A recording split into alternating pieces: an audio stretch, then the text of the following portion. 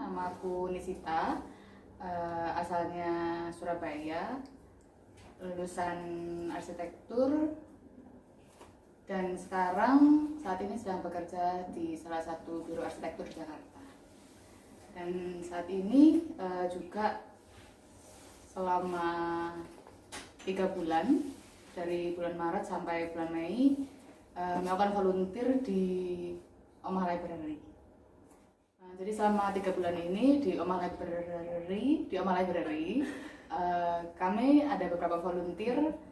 Kami menata kembali arsip-arsip yang sudah ada di Omah Library berupa video, dan kebanyakan adalah video-video dari sesi Bittersweet in Design Experience. Jadi dalam video-video itu arsitek-arsitek di Indonesia yang istilahnya sudah terkemuka dari beberapa sudut pandang, ada yang dari sisi praktisi, ada juga yang dari sisi sebagai akademisi semacam itu, selama bergelut dalam dunia arsitektur dari awal sampai sekarang. Dan video-video itu kemudian kami tata kembali, kami edit dan diberikan subtitle serta diberikan laporan tertulisnya supaya rapi itu.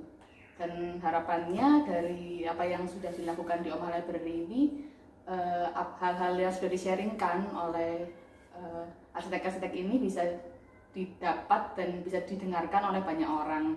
Bukan hanya yang datang di sesi itu saja, tapi juga dari mungkin mahasiswa-mahasiswa arsitektur yang ada di luar Jakarta atau di luar Jawa juga bisa melihat dan menjadikan video-video itu sebagai bahan untuk pembelajaran.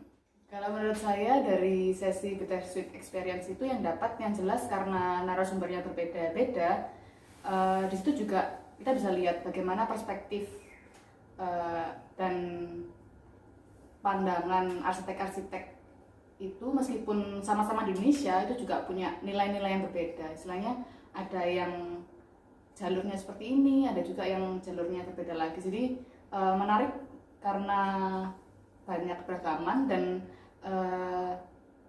terkaitannya dengan arsitektur Indonesia, ya bahwa dengan adanya banyak keberagaman itu dan arsitektur Indonesia sendiri itu juga tidak muncul begitu saja, tapi dia dimulai dari sesuatu, mungkin bisa dari konteks, dari budaya, dari sosial yang ada pada saat itu. Dan juga hal itu tidak hanya di satu waktu tertentu, tapi juga dia mengalami perkembangan. Jadi bukan berarti arsitektur Indonesia itu hanya di arsitektur yang ada di Indonesia pada saat masa itu saja, tapi harusnya arsitektur Indonesia itu adalah arsitektur yang terus mengalami perkembangan. Oleh karena itu, itulah juga pentingnya adanya rekam jejak, dokumentasi dari arsitektur.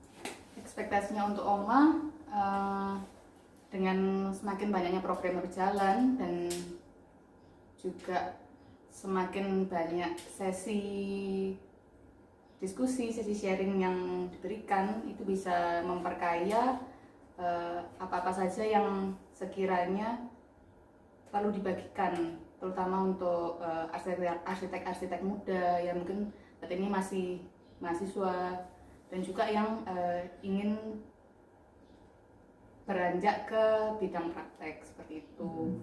Dan yang pasti bisa menjadi penampung suara-suara, semakin banyak suara-suara mengenai arsitektur yang tertampung di Omah Library. Jadi jangan sampai apa yang kemudian disampaikan di Omah Library terbatas pada titik-titik tertentu yang mengakibatkan perspektif-perspektif dan batas-batas baru seperti itu. Jadi bisa semakin kaya pengetahuan arsitektur di Indonesia.